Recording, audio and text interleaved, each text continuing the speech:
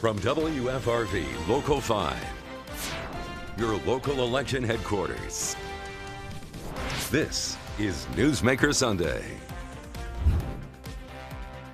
Good morning and thank you for joining us for Newsmaker Sunday. I'm Tom Zalaski. Well, we are in the home stretch of what is a very contentious election season. We are constantly bombarded with attack ads, candidates slamming their political opponents, and of course concerns over election integrity. So how did we get here? Well, joining us this morning is the Brown County Supervisor Dan Thino and Neenah School Board member Lori Asbury. They are part of a group called WISACT, which stands for Wisconsin Alliance for Civic Trust. Lori, Dan, good to see you this morning. Thank you. Thanks for being here. WISACT, two words that we don't hear a whole lot, standing for Wisconsin Alliance for Civic Trust. We don't hear civic and we don't hear trust these days too much anymore. Unfortunately. WISACT, what is it? How was it formed? How did you get your start? Well, I came to find out that it's actually started by the Carter Center, which normally works around the globe to put forward democracy, support democracies, and prevent political violence. And they saw what was happening in the United States with the political division, and so decided to focus their attention domestically on the swing states, as a matter of fact.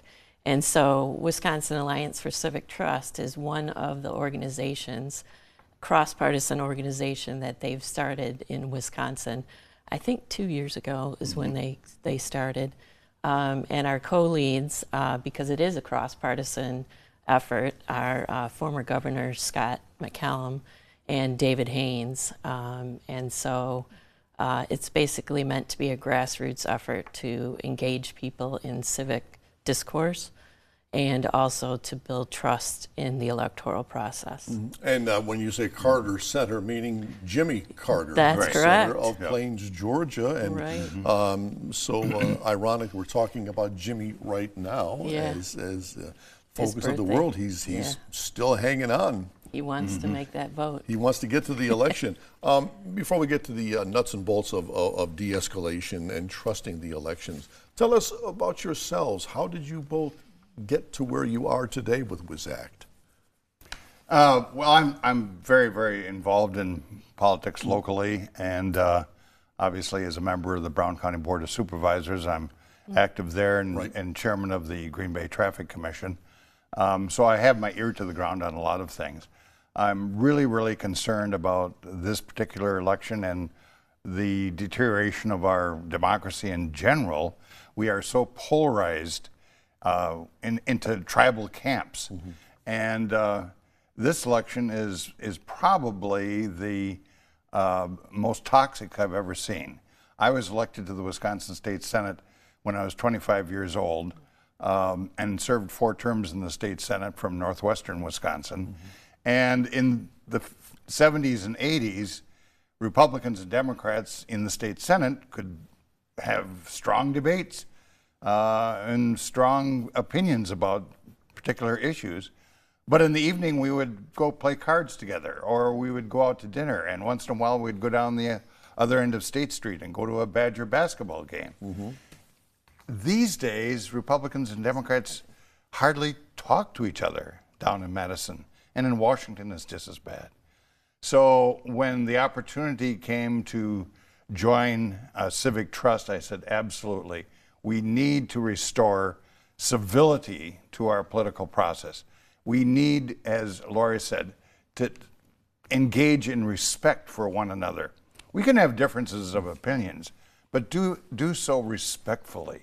And that's what we've lost over the decades. And Lori, how did you get here? From Neenah School Board member to WISACT? Well, I've always been a political junkie as well, and I'm a recent graduate of the La Follette School of Public Affairs, school board member, and I came across it because it was something that was near and dear to my heart. After being, a school board member for 9 years, we went through the pandemic, and it was just astounding the level of disrespect and vitriol that we experienced. And when I found out about WISACT as a way to build trust, encourage civil discourse, I thought that that was a really fabulous idea and something that we really need.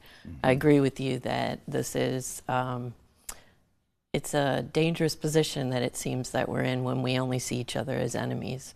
And so to find that common ground, we, really want to build relationships and build trust also in our electoral process, which is very secure. If you were to tell me what a mission was for this act, what would it be? I would say that building trust in the electoral process first and foremost, and encouraging the civil discourse to build relationships, with the idea that, again, if we don't see each other as enemies, we see each other with some common ground, and we really do want the best for our communities and our neighbors, we're less likely to commit.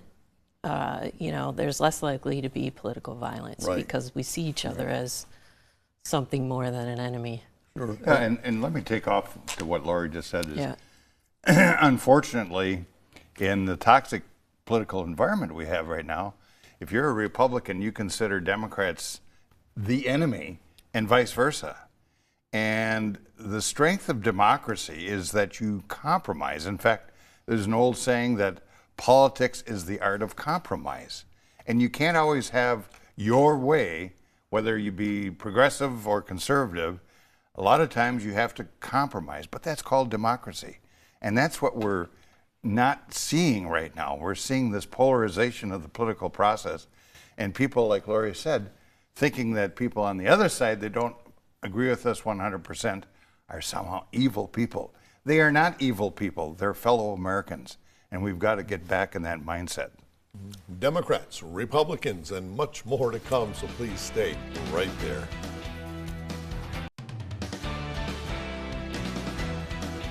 We are back now with Dan Thino and Lori Asbury talking about trusting our elections ahead of the election this coming week. When it comes to politics, in your view, how and why did we become so divisive? We all remember, as Dan just mentioned, years ago it used to be a Democratic Party, a Republican Party. Somebody won, we got on with our lives. But now this has become a year-round blood sport. How did we get here? It didn't used to be this way. We talk about the polarization of the political parties, with the Republicans becoming more conservatives and the Democrats becoming more liberal. But I think that's just symptomatic of what is happening in society. I think a lot of it has to do with the media. I don't watch extreme media. I just refuse to watch some of the TV networks out there that are far right or far left. I stick to channels like this one here to get accurate, fair, unbiased news. And then you have social media that is spewing out all kinds of misinformation. And the internet, the old saying, or the new saying, I guess, because the internet is fairly new, is if you read it on the internet, it must be true. Right. And so there's a lot of, and you don't know where these rumors are coming from, where this false information is coming from. And you can say just about anything on Facebook or on some other social media, and there's going to be people out there that believe it. And I think that's really the root cause. We have got to object to the media, social media, regular media. I don't know how we're going to do it, but they are tearing the country apart and feeding into the conspiracy theories and the outright condemnation of other people. If you're a Republican or a Democrat and you're pulling people apart that should be working together, and it's just a very unfortunate situation. So we've got to get back to what we're trying to do with civic trust, and that is to get people to talk to one another, to listen to one another, and to respect diverse opinions. And if we don't do that, our democracy is in trouble. Do you think misleading statements by the politicians themselves is fueling this fire? Absolutely. For sure. Yeah? Absolutely. And the siloing of people and the ability that we have lost to respect each other and also to fact check is something that, it's been brought up that in K-12 education, for example, we need to be bringing some of these principles back to that to teach our kids, You know, how do you know the difference? How do you have a conversation with someone that you may not agree on their opinion, but you still respect them as a person, and you can have a good dialogue? And we're really missing that now. And the other part that kind of comes into play is the way our political system is set up right now with a partisan primary could potentially be feeding into it as well, where you're forced as a candidate to go as far to your side as possible. And then once you're elected, it's surprising that, gee, people can't get along because there's no middle ground anymore. Yeah. And we need to bring that back, too. Let me take off from what you just said, because I think Yeah. what you just said is extremely important. Yeah. Because of the polarization, and it was worse when we had gerrymandered districts. Of course, For sure. the new districts are going to change the equation a little bit down in Madison. But Competitive. with this polarization in the political process, very liberal Democrats and very conservative Republicans get down to Madison, and they're so far apart, Right. they can't agree on anything. Right. You know, That's a problem. it is. If a politician does tone it down, so to speak, that person, it would seem to me, is put at a disadvantage in this climate because the other person is still aggressively attacking. It's Right. kind of like, I remember a Packer a long time ago who was on steroids told me, I have to take steroids because the guy across the line is on steroids. Yeah. Yeah. So there's no incentive for these politicians to tone it down. The moderates You are the have to ones keep that- that flame up there. Yeah, that's a good point. I think so, too. I think what is happening, though, in society is what I'm hearing on the ground in Brown County, being a member of the county board and being active in the community, is that people are really getting tired of the vitriol in the political process. And I think we're getting to the point where people are going to do the opposite of what you're saying. They're going to gravitate toward maybe some candidates that are honest and do not attack their neighbors and do not attack the other candidates.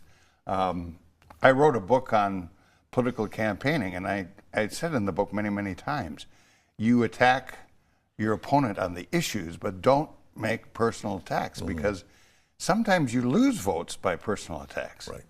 I think a bigger problem is not so much the candidates, but these outside political organizations that fund all kinds of advertising and mailers and any way they can get to the voters. They are not the candidates. They do not have to respond to political parties or the candidates. And they kind of say what they want to say, and it oftentimes is not very truthful. Truthful. The election and civility and much more to come, so please stay right there.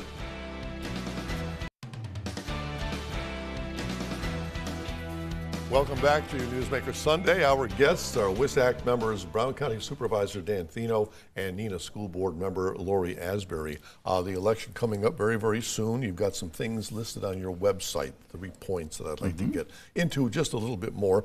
Number one, encourage civil discourse. How do we do that? I mean, it's obviously you have faith that we have not gone too far beyond that.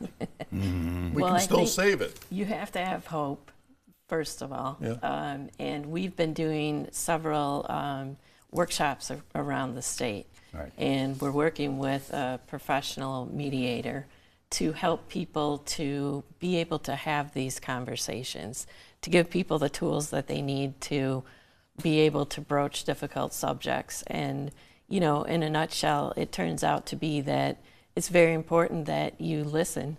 You learn the other person's story, you reflect that back to them, and then you help to focus on the future. Because again, we need to come back to that place where we don't see each other as enemies. But it is very important to stop and listen to what the other person thinks and feels.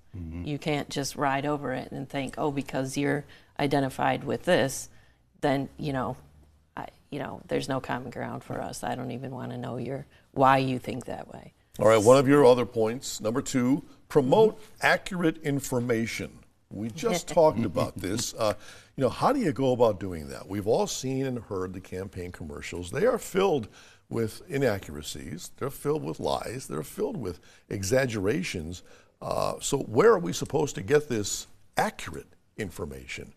Well, Who do we trust? There is a group, a national group, and there is some people in the Brown County area that are involved in it. I'm a little bit involved in it, called America Promise. And it's an effort to get a constitutional amendment to the United States Constitution to clarify that state legislatures and Congress can control or limit what goes out in politics and how much money is being spent. Right now, there are no guardrails on how much is being spent in these races, and it's also often inaccurate information, as you say, Tom. So this is another effort, nationwide effort. It's called American Promise, to try to put some sort of restraint on the money that is going into these political campaigns, a lot of it being used for misinformation. You're asking Congress to do that. Are we talking Fox guarding the hen house? Well, there's 20-some states that are signed up for it already. All right, Yeah, point number asking 3. Congress to do that. Point number 3 is take action. What do you mean by take action? Well, that's what I was going to add to what Dan was saying, that you have to be diligent in looking at information. Don't just go to one source. I would recommend that you definitely take a look at many different sources to try to glean what really is true. And then it's on us as members of WISACT. If we see something that we know is false information, it's on us to bring forth what is the correct information and make it known, and try to have one of these conversations. This is what you've heard. Why do you think this? What have you found, that led you to be thinking this way? And then to hopefully have a conversation, and again, use those techniques where you understand their story. You might be able to point them to some other sources. But it's difficult. It is. It's difficult because I think they've taken away who are the experts. We are back to wrap it all up right after this, so please stay right there.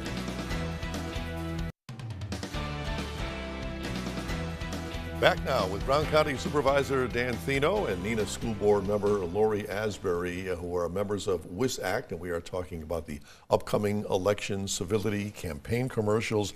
You promoting civil discourse, and recently we covered this at Channel 5, one of your de-escalation sessions at UW Green Bay. Right. How did that go? What did you find out? What were people saying?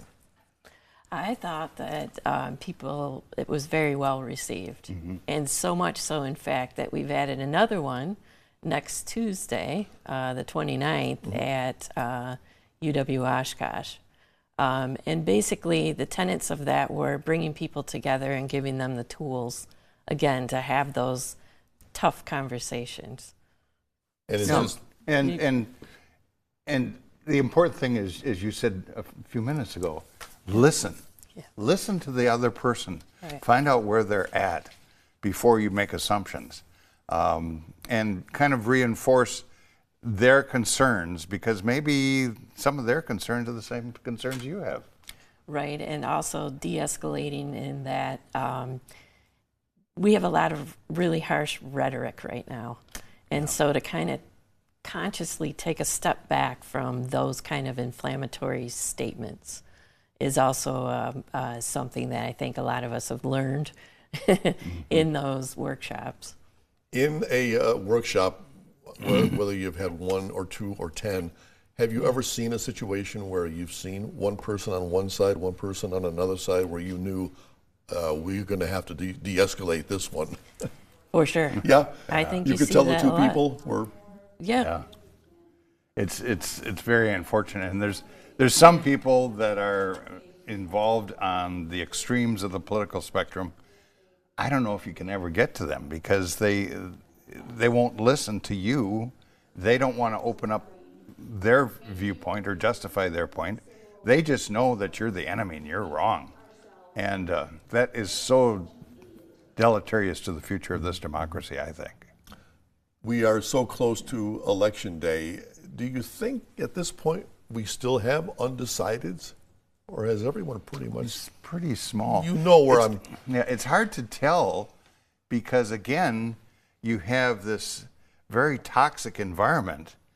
So the people that have not voted yet, they're afraid to even say who they're going to support because the next person over is going to say, well, you're an idiot, you're an enemy, And so there's a lot of people out there that are the silent majority that are going to determine the election, I think. I agree. And you notice that there aren't as many signs out this go round. That's right.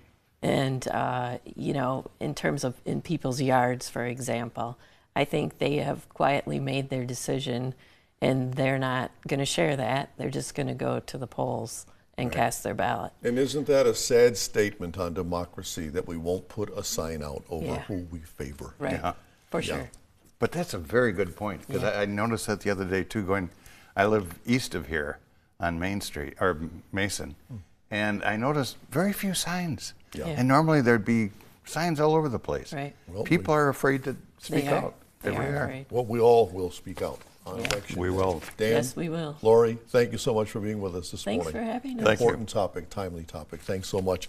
And if you have a newsmaker in your town who you think we should have on this program, let us know about it. Send us an email to tips@wearegreenbay.com, or you can message us on Facebook. And be sure to join us once again Sunday morning at 7. Until then, vote and have a great day.